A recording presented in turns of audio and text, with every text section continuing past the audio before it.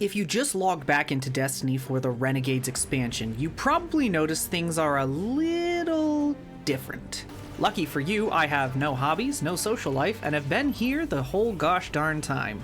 So let's go over 10 of the biggest changes to help you jump straight into Renegades. First off, the portal. Now, the portal isn't exactly new. It was originally introduced in the Edge of Fate. But even if you experienced it when it first came out, the current version is significantly better. In some ways we'll talk about in a minute. Now, what is the portal? The portal is the new home screen for Destiny. It shows you the different activities, the latest expansions, and the new and improved bounty system. More on that later. It's very cool.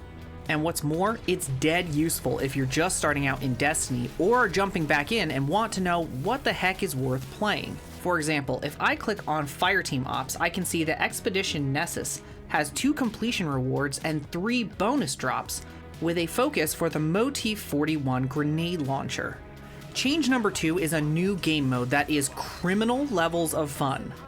See what I did there? In the Renegades campaign, we get mixed up with some unsavory type characters, basically Destiny's version of gangs. There are Pikers, Elixni who look like they came straight out of an early 90s movie. Then there is the Totality Division, which is basically the Cabal mob.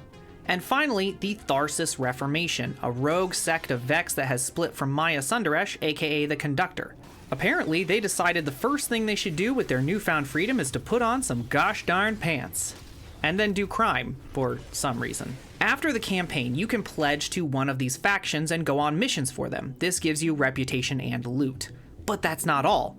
You can also invade other fire teams of Guardians and kill them for additional loot and rep. While I personally just got to this point, the clips I'm seeing on social media look hilarious. And I will be practicing my invading skills to earn that sweet red crystal for my lightsaber. Next up is a huge quality of life upgrade. If you went to inspect your vault, you may notice that it looks very different. And not just because we now have 300 more slots. Bungie has added organization and sorting features to your vault. So if I'm creating a build and I need a void weapon, I can go to weapons, and under filters, we can go to damage type and void. And now it shows me every void weapon in my vault. Next up is a huge update to gear that started in Edge of Fate, Numero Quattro, tiered armor. See, new armor now comes in different archetypes. This decides what the primary and secondary stats are on that piece. So, for example, this Titan mark is a Paragon, which means that it has a primary stat in super and a secondary stat in melee. Not only does armor have archetypes, but it also has tiers indicated by the diamonds. And tiers determine how many stat points can roll on an armor piece. And the only way to get higher tiered armor is to increase your Guardian's power level. And one other way that we'll talk about in a minute. While we're on the subject of tiers, let's talk about number 5, weapon tiers. Basically, at higher tiers, you have multiple enhanced perks in column 3 and 4. And at tier 5, like this Compact Defender, you actually have masterworked barrels, mags, and origin traits. Tier 5 also has shiny variants, which is only a cosmetic change. Now, obtaining higher levels of weapons is also based on power level. However, certain destinations have quests that you need to complete that will permanently raise the tier of weapons and armor. Both Kepler from Edge of Fate and Tharsis from Renegades have special quests that you need to complete. I highly recommend prioritizing these to get the best weapons. So clearly, Bungie wants you to get a high light level, but if that's a turnoff for you, I have really good news. If you're a returning player, aka you earned 30 levels or less in last season's pass, Bungie is giving you special bonuses for the next 6 months. In a recent TWID, Bungie talked about a returning player bonus. Basically, completing objectives in the new Vanguard's order system will reward you with a gift that includes enhancement materials, Tier 3 and 4 gear, exotic engrams, bright dust, Eververse engrams, and a new emblem. The best part is that this bonus also increases the XP gains for anyone who isn't a returning player when they play with you. And that's nice, but what if you just want to reach a high light level quickly? Well, worry not amigos, because change number 7 is leveling buffs. One of the biggest buffs that has come in the last several months is that bonus engrams now drop as powerful engrams. So what that means is that activities in the portal, like the Battleground Oracle, that has +3 bonus drops, all of them will drop with a power bonus, which scales with your light level. Now, this slows down to a +1 or +2 once you reach around level 450, but by that point, the game is showering you in tier 4 and 5 loot.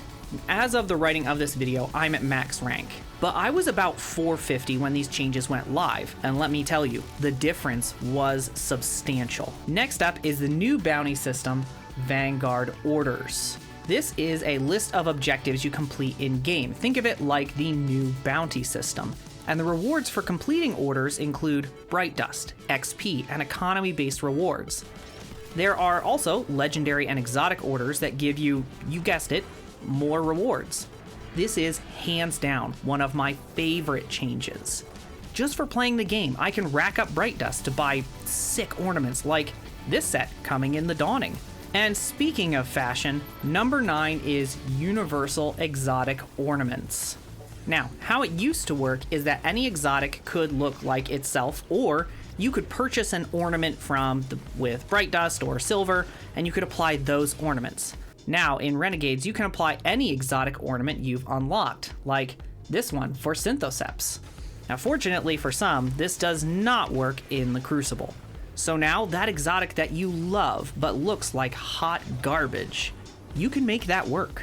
Change number 10 is the biggest win we've had in a long time. The new dungeon, Equilibrium. For years now, Bungie has sold expansions and sold their dungeons separately via a dungeon key. So you could buy an expansion but not have the dungeon that was released in that expansion. Yeah, it felt bad. But in Renegades, the dungeon is included with the expansion. At the time of this writing, the dungeon is not out yet, but the last few dungeons, aka Vesper's Host and Sunder Doctrine, are some of the best activities we've ever gotten. I know I said there were 10 changes, but I wanted to highlight just one more. New weapon types. Bungie is going all out creating new and unique weapon types. Just in this expansion, we've gotten a new type of weapon that is heat-based rather than mag-based. We've also gotten a legendary heavy sniper rifle, and a new rocket-assisted pulse rifle. Whoever let the weapons team off their leashes the last few months, throw the leash away. Never bring it back, cause this is phenomenal. Those are the 10 biggest changes, +1 if you're a returning player.